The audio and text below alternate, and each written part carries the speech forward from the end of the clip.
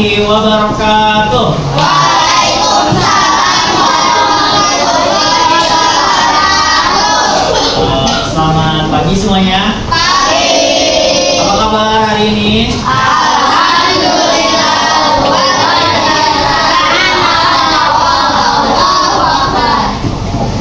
Baik ya semuanya. Sudah pada sarapan semua? Sudah. Sarapannya pakai apa? Sudah. Daging. Ayam goreng. Tapi yang belum sarapan istirahat makan ya.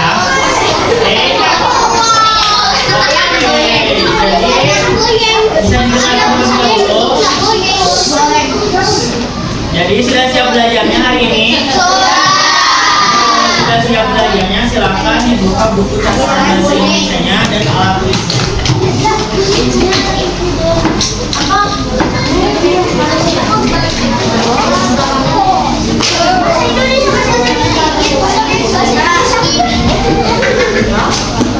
Bahasa Indonesia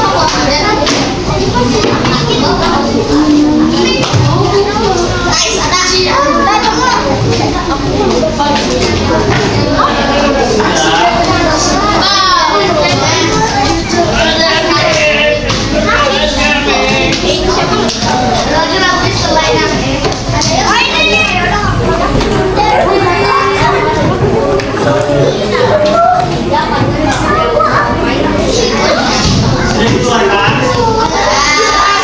Oke, nanti silakan kalian catat untuk poin-poin yang ada di PPT atau mungkin nanti bisa menjelaskan yang Bapak jelaskan mengenai materi hari ini.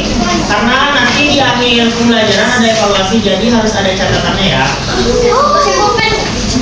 Boleh pakai pulpen atau apa? Oke, sebelumnya Bapak ingin bertanya, hari ini ada yang tidak masuk? Berapa orang yang tidak masuk? Namanya siapa? Dan Indra. Ya, Indra tidak masuk. Sakit ya? Semoga Dan Indra diberikan kesehatan dan bisa menjalankan aktivitas. Nah, sebelumnya Bapak akan membacakan tujuan pembelajaran hari ini. Jadi hari ini kita akan belajar mengenal kalimat efektif dan tidak efektif. Jadi kita akan belajar mengenai pengertian, kemudian strukturnya bagaimana, ciri dan juga syarat sebuah kalimat bisa disebut efektif dan tidak efektif. Coba kalian sekarang simak. Di sini ada kedua percakapan bisa disimak terlebih dahulu.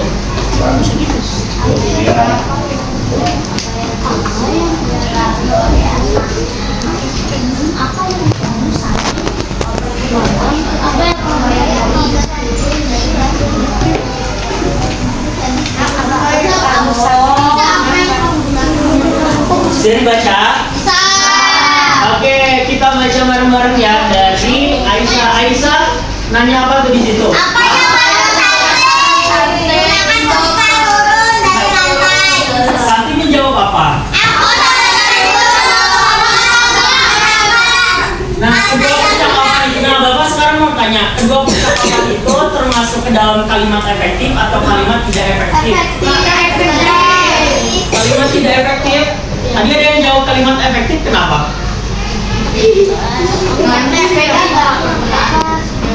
Ada yang mau memberikan alasan kenapa kalimatnya tidak efektif? Dua orang saja. Alika sama apa Nanti kalian yang jawab.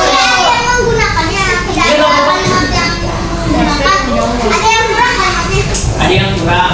Apa yang kurang? harusnya apa yang kamu Santi apa yang kamu gunakan Santi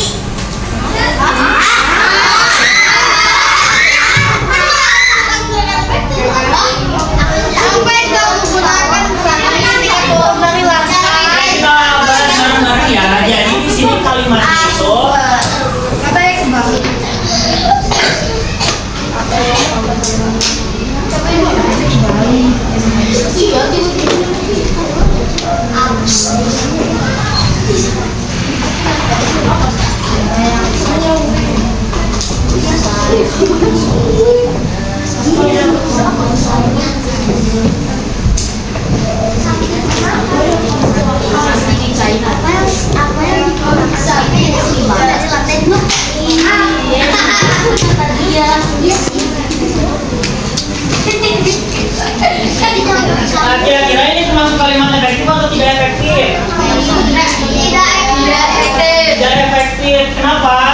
bisa jawab? Ada kalimat yang disambung. Satu orang saja. Enggak, katanya tidak terhubung. Iya, karena di sini menggunakan dua subjek. Subjeknya ada apa saja? Kamu dan Santi. Ya, kamu dan Santi. Jadi Aisyah itu kan bertanya kepada Santi. Jadi kalau misalkan sudah menggunakan kamu di sini itu kan subjek. Nah, kamu di sini subjek berarti tidak usah menuliskan satu lagi karena sudah menggunakan kamu. Maksudnya kamu di sini itu sudah mengarah kepada siapa? Kepada Santi. Jadi yang benar itu apa yang kamu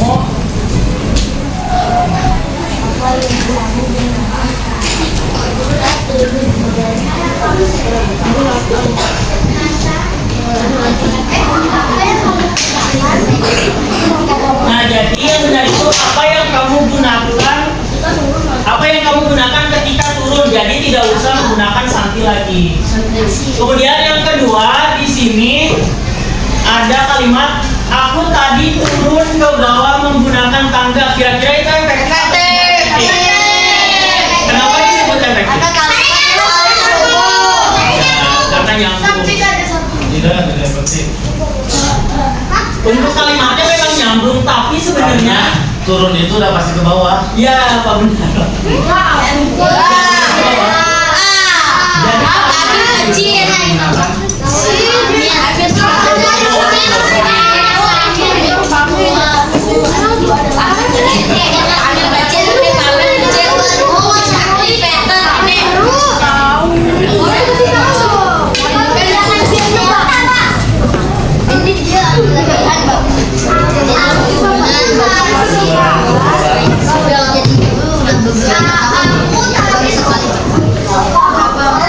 Nah, karena di sini ada penggunaan kata yang sama. Apa kata yang samanya? Turun dan ke bawah. Nah, penggunaan kata yang sama di dalam bahasa Indonesia itu disebut apa? Ada yang tahu? Namanya itu sinonim. Pernah belajar sinonim antonim? Iya, pernah. Iya, sinonim itu adalah penggunaan kata yang sama. Kalau misalkan antonim itu sebaliknya, jadi kebalikannya lawan kata. Nah, di sini karena dia sudah menyebutkan kata turun, jadi tidak usah menyebutkan kata ke bawah lagi. Karena turun itu kan otomatis sudah ke bawah. Gak mungkin kayak kita ngomong turun ke atas atau turun ke samping, turun ke belakang. Itu namanya kesalahan berpikir. Jadi kalau misalkan sudah pakai turun, yang ke bawahnya tidak usah dipakai atau sebaliknya. Kalau misalkan sudah pakai ke bawah, yang turun itu tidak usah dipakai. Sampai sini bisa dimengerti? Oke, yang pertama alasannya karena apa tadi? Karena tidak nyambung. Ya, karena tidak nyambung. Alasannya lebih spesifiknya apa? Karena ada dua subjek yang sama apa? Ya, kamu dan Santi itu subjek disebutnya ya, jadi pelaku dalam kalimat. Nah, kalau misalkan yang kedua, karena ada kata, ya ada penggunaan kata yang sama atau disebut dengan sinonim. Coba diulang yang pertama karena apa? Ya, karena subjeknya sama. Kemudian yang kedua karena penggunaan kata yang sama. Nah, itu baru beberapa alasan kenapa kalimat bisa disebut tidak efektif. Nah, di sini masih banyak alasan lainnya. Coba sekarang silakan kalian simak dan tulis terlebih dahulu. Jadi pengertian dari kalimat efektif. Ya, di buku ditulis. Yes.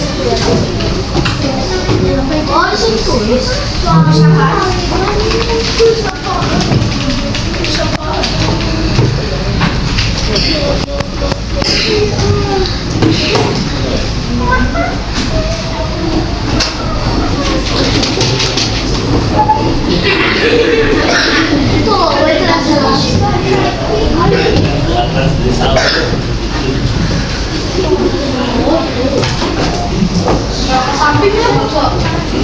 Sampingnya.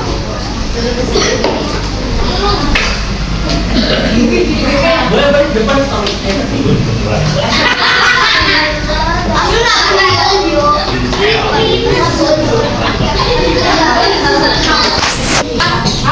Ayo tik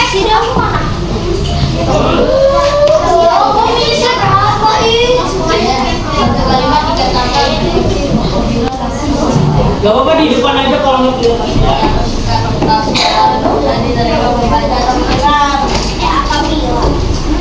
Ini Bapak sambil menjelaskan ya semuanya. Jadi di sini pengertian dari kalimat efektif itu adalah bisa didengarkan terlebih dahulu. Jadi pengertian kalimat efektif itu suatu kalimat dikatakan efektif apabila dapat menyampaikan pesan atau informasi secara singkat, lengkap dan mudah diterima oleh pembaca dan pendengar. Jadi sederhananya kalimat efektif itu di dalam pola penulisannya lebih sederhana apa? Lebih sederhana ya. Kemudian tapi tidak menghilangkan pesan atau informasi di dalamnya.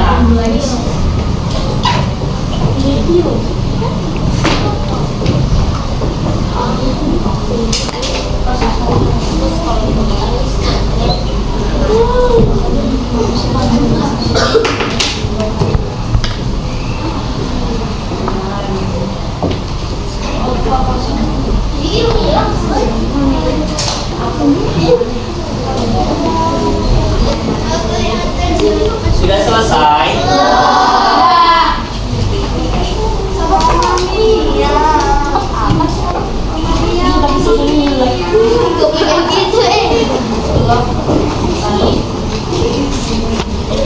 Kita akan ulang tadi mungkin karena masih pada nulis ya. Jadi kalimat efektif itu adalah kalimat yang dalam penyusunannya itu lebih sederhana, tapi tidak menghilangkan pesan atau informasi di dalamnya. Jadi sederhananya kalimatnya tidak bertele-tele. Kalau misalkan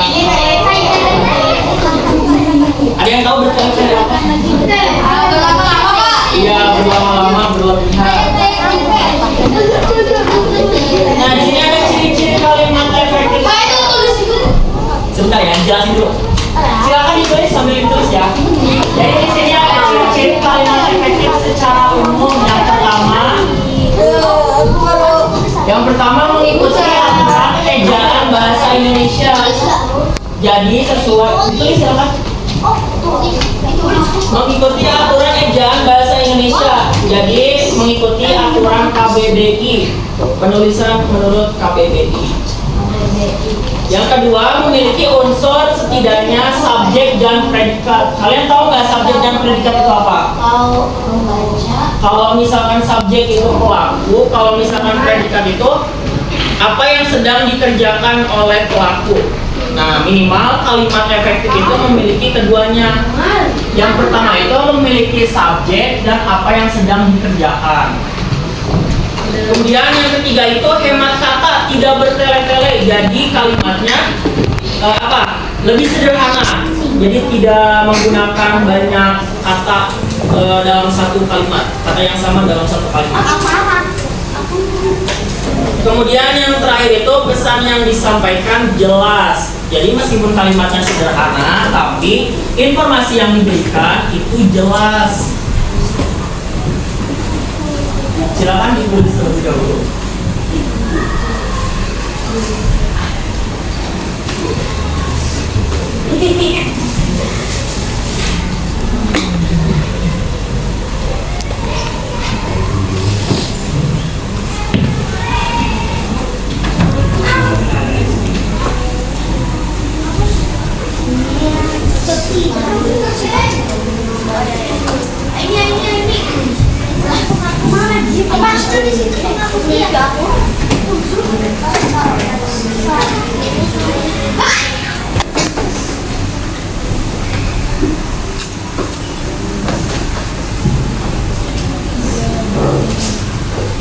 Sudah selesai.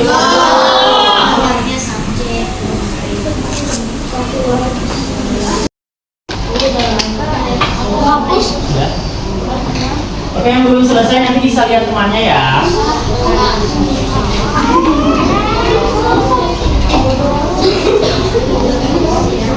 Nah, di sini ada syarat dan alasan kenapa sebuah kalimat bisa disebut efektif. Bisa didengarkan terlebih dahulu. Mengapa sebuah kalimat itu bisa disebut efektif? Nah, karena ada syarat dan alasannya. Apa saja syarat dan alasannya? Nah, yang pertama itu syaratnya adalah kesepadanan kata. Apa itu kesepadanan kata? Kesepadanan kata adalah hubungan yang sesuai antara unsur-unsur objek dan keterangan. Selain itu, kesepadan kata juga membuat kalimat menjadi teratur dan mudah dipahami. Jadi kesepadanan kata itu apa ya? Antara kata satu dengan kata lainnya memiliki hubungan yang sama simpelnya. Silakan ditulis ini aja, poinnya aja, kesepadanan kata ininya nggak usah ditulis. Oke, terus Coba ingat. Ya, nggak usah sepertinya nggak usah ditulis. Oh, Poinnya saja kesepadanan kata. saya menunjuk ke Sudah. Pengertiannya nggak usah ditulis. Ininya aja yang atas tuh, kesepadanan kata.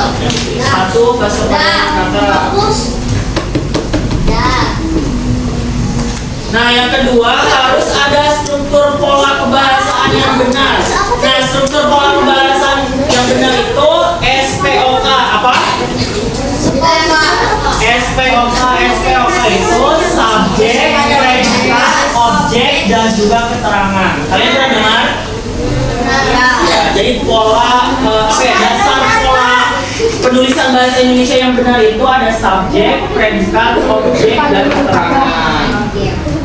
Silakan ditulis. Ini aja yang ditulis. Harus ada struktur pola S bahasaan yang benar. Berarti nomor 2 ya? Yang bawahnya nggak usah ditulis. Yang bawahnya nggak usah ditulis. Atas aja yang ditulis. Harus ada struktur pola kebahasaan yang benar. Yang mana yang harus? Yang atas, yang atas. Yang atas bawah. Iya, atas aja. Boleh. Atau bisa juga struktur pola kebahasaan yang benar. Menggunakan SPOK juga boleh.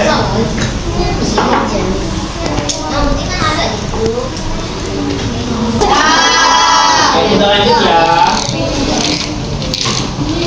Nah, kemudian ada preposisi tidak mendahului subjek apa? Preposisi tidak mendahului subjek. Apa itu preposisi? Preposisi itu maksudnya kata awal atau kata ganti. Jadi kayak kata di atau ke, dari itu disebutnya preposisi. Silakan ditulis preposisi itu kata ganti.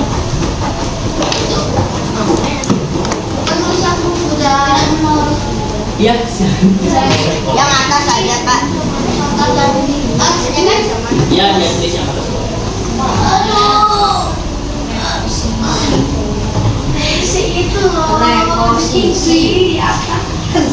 Nah, ini ada contoh kalimat yang tidak efektif di sini.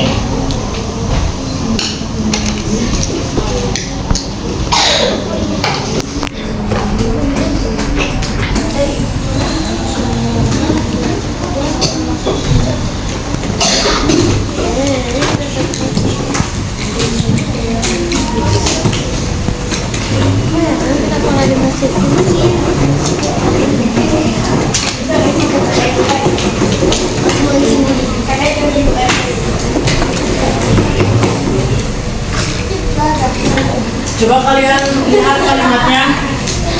Bisa dibaca bareng-bareng contoh kalimatnya. Coba dibaca bareng-bareng. kepada ibu guru anak-anak memberikan hadiah. Nah, kira-kira preposisi di sini yang mana? Memberikan. Awal apa itu? Kepada. Iya, kepada itu preposisi.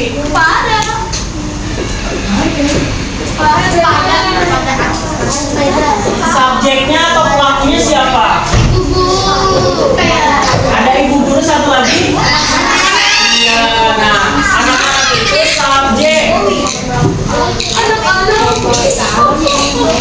Jadi kalimat yang efektifnya itu seperti apa? Kalimat yang efektifnya itu subjeknya, boleh diperhatikan, subjeknya harus mendahului preposisi. Misalkan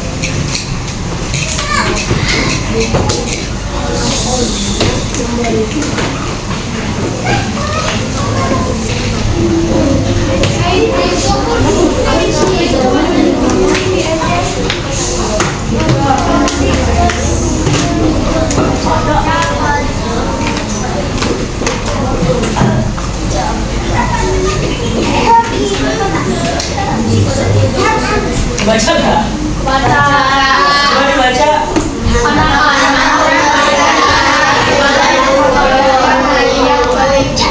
Nah, jadi subjeknya yang di depan.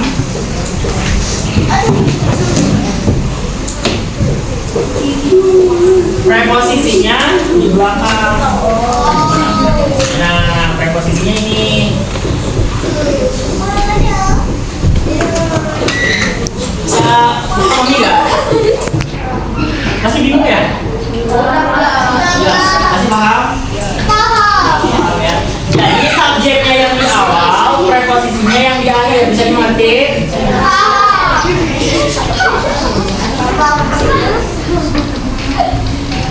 Nah, yang ketiga, hati-hati menggunakan konjungsi. Kalian tahu konjungsi apa? Konjungsi itu kata hubung. Jadi kata hubung itu seperti yang, dan, ayam,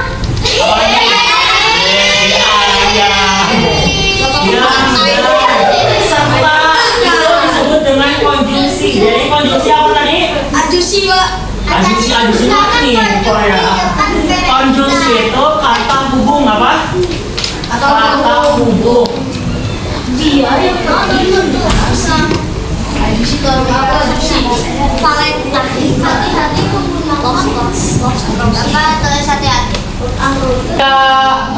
Kalian bisa baca yang di depan? Dia yang pergi meninggalkan.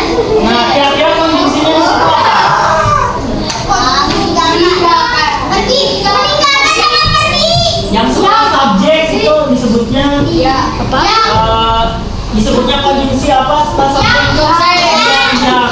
Coba ada yang bisa nggak membuat kalimat yang efektif? Ada yang bisa? Yang subjeknya satu sama yang. Konjungsinya dihilangkan. Ada yang bisa? Konjungsinya yang dihilangkan. Coba diperhatikan konjungsi yang di sini itu apa? Yang.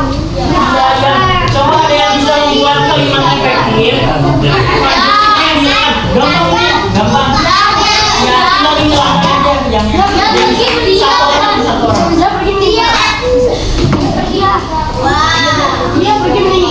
Dia pergi meninggalkan aku. Namanya siapa? Namanya Coba juga jawabannya apa? Kalimatnya kan dia yang pergi meninggalkan. Kalau misalkan di situ kan ada konjungsi, tapi kalau misalkan tidak pakai konjungsi juga bisa. Jadi apa coba kalimat? Dia pergi meninggalkan. Iya, dia pergi meninggalkan. Kita kasih tepuk tangan dulu juga. Makasih ya juga.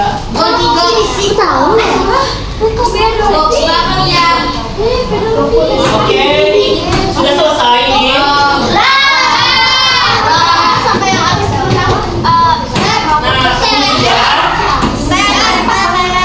Kemudian yang selanjutnya kalimat tidak bertele-tele. Kalimat tidak bertele-tele. Jadi kalimat tidak bertele-tele itu tidak berlebihan maksudnya. Nah, di situ ada contoh penggunaan kalimat yang bertele-tele seperti dia sangat pandai dan pintar mengerjakan soal matematika. Nah, kata pandai dan pintar di sini kan memiliki arti yang sama. Tadi arti yang sama apa? Disebutnya Ada yang kita. sinonim. Apa tadi? Sinonim. Oke. Jadi kalau misalkan kita menuliskan kata ini kembali bisa dengan dia sangat pintar menggunakan pintar mengerjakan matematika. Ya, jadi yang digunakan satu aja. Bisa dipahami? Kemudian di sini ada contoh lainnya. Adi pergi ke toko buku, lalu pergi ke tempat makan. Nah, kata predikat di sini ada dua, yaitu apa? Pergi. Jadi predikat itu apa yang dia lakukan? Yang dilakukan oleh subjek. Ya. Andi pergi ke toko buku, lalu ke tempat makan. Jadi perginya yang dipakai satu aja. Bisa dipahami? Yang ditulis ini aja kalimat tidak bertele-tele. Ya. Kita lanjut ya. Kemudian ada ketegasan kalimat. Apa itu ketegasan kalimat? Jadi arti kalimatnya itu harus tegas atau harus apa? Harus sesuai dengan makna yang seharusnya. Misalkan di sini kan semua orang setuju, beberapa orang tidak setuju. Nah, itu tidak efektif karena semua di sini sini tuh berarti sudah setuju. Nyala weh. Bisa dipahami nggak? Paham. Jadi semua orang sudah setuju. Paham. Jadi kalau misalkan semuanya sudah setuju, berarti dalam satu kalimat tersebut tidak ada yang tidak setuju. Jadi semuanya setuju. Makanya kenapa ini tidak efektif, karena kalimatnya semua orang setuju, beberapa orang tidak setuju. Nah itu tidak efektif. Silakan tulis ketegasan kalimat.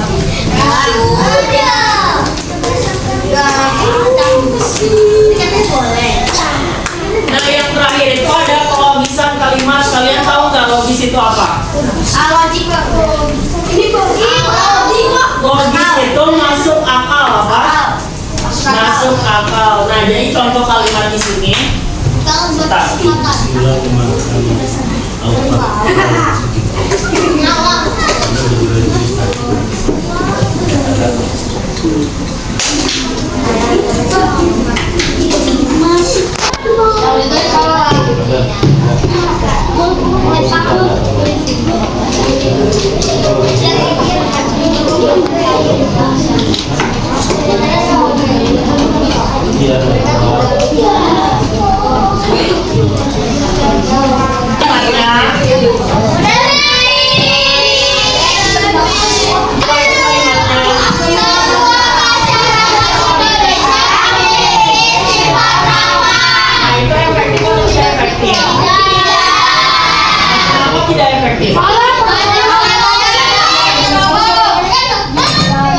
Namanya Ibran, kenapa Ibran?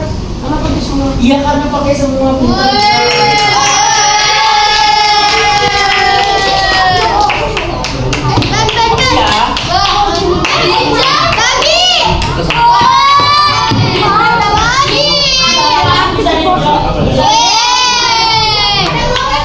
Bisa diperhatikan. Nah, karena di sini kata semua, jadi menyebabkan kalimatnya tidak logis. Karena di dalam hidup bermasyarakat itu tidak mungkin masyarakat hanya memiliki satu sifat saja ya. Jadi pasti beragam. Karena dia memakai kata semua supaya logis. Katanya supaya logis. Bagaimana? Ada yang bisa?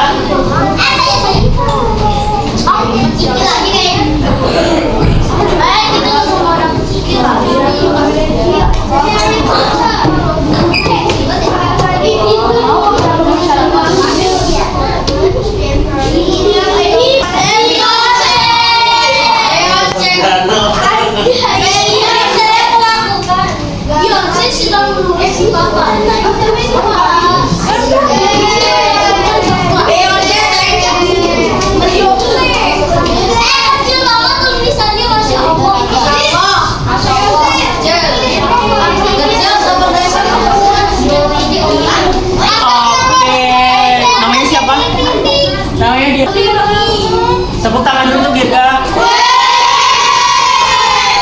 Nah, tadi jadi yang betul itu kata semua di sini bisa diganti dengan beberapa kata. Misalkan seperti beberapa, atau kita juga bisa ganti pakai rata-rata.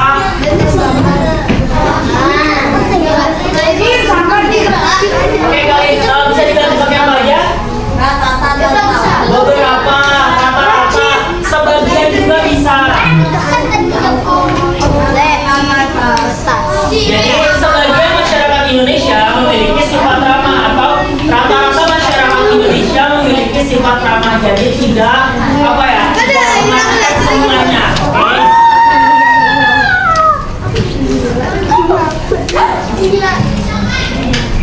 Oke, karena materinya sudah selesai. Ini Bapak ada yang mau silakan kalian menjahit.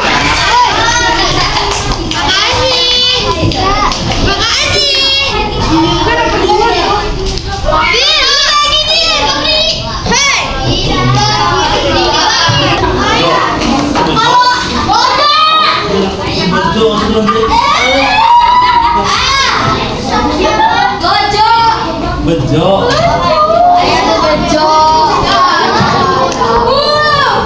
Bapak, ikannya nangis.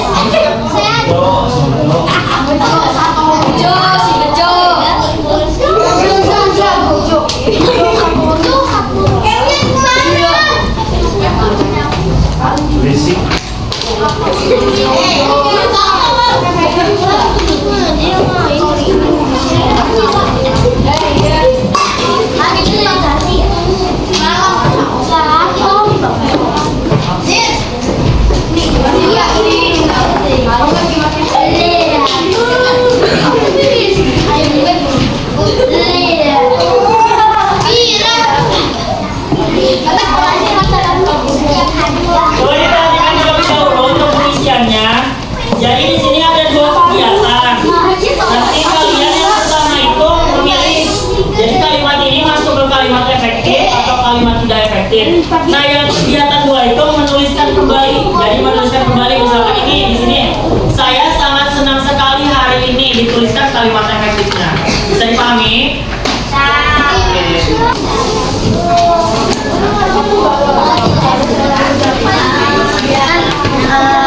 Tidak efektif tuh kayak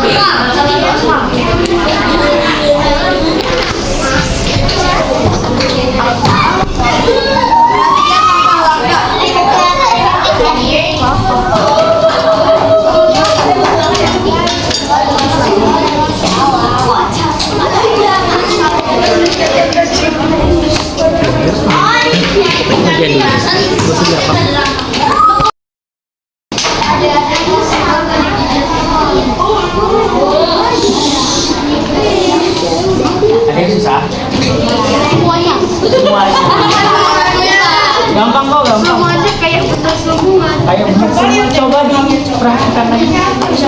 Apa yang susah? Semuanya. Semuanya. Dibaca lagi ya. Coba nanti kalau misalkan ada yang susah, ditanyakan ke Bapak, oke? Yang kegiatan. Oh, ini susah semua nih Bapak tolong Dikerjakan ya. Ada yang susah? Apa yang susah?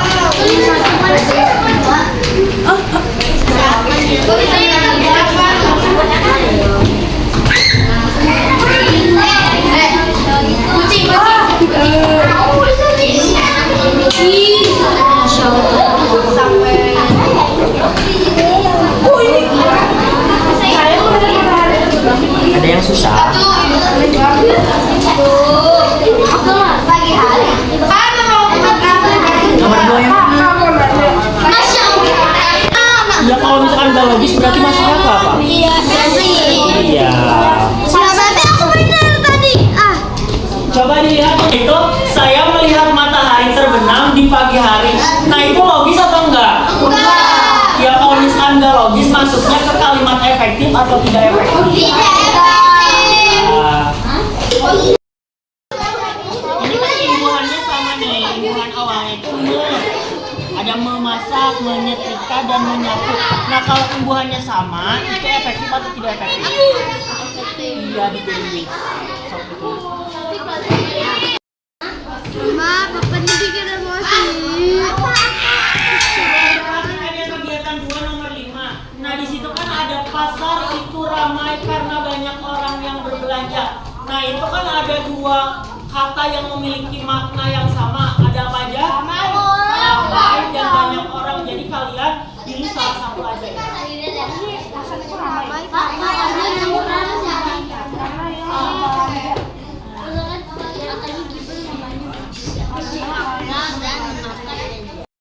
Efektif itu apa?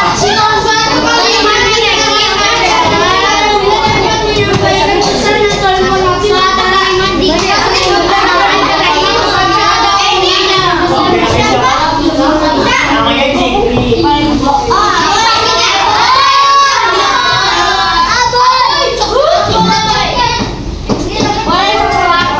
Ya.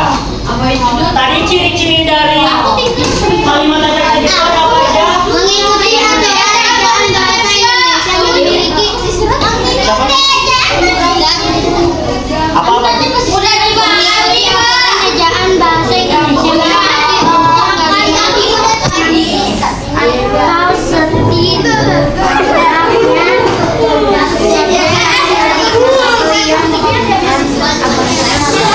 Namanya siapa? Aku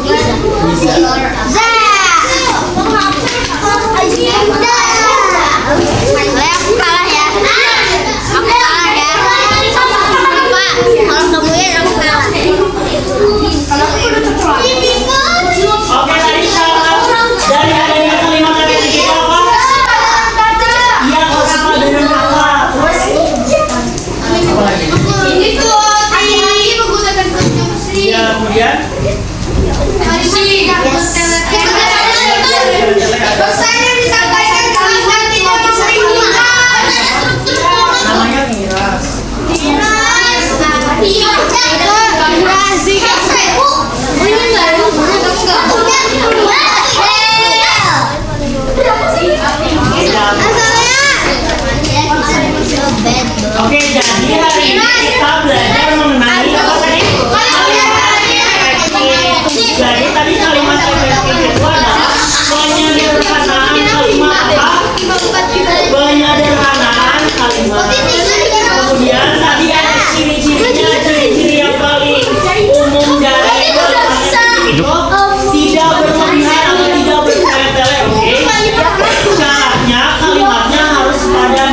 strukturnya harus benar. Tadi strukturnya apa? Ada S, P, O, K. Oke. Bapak kira pembelajaran untuk hari ini bisa sampai di sini. Sampai sini ada pertanyaan. Istirahat ya. Istirahat di sini. Bapak pamit sampai di sini dulu. Terima kasih. Assalamualaikum warahmatullahi wabarakatuh.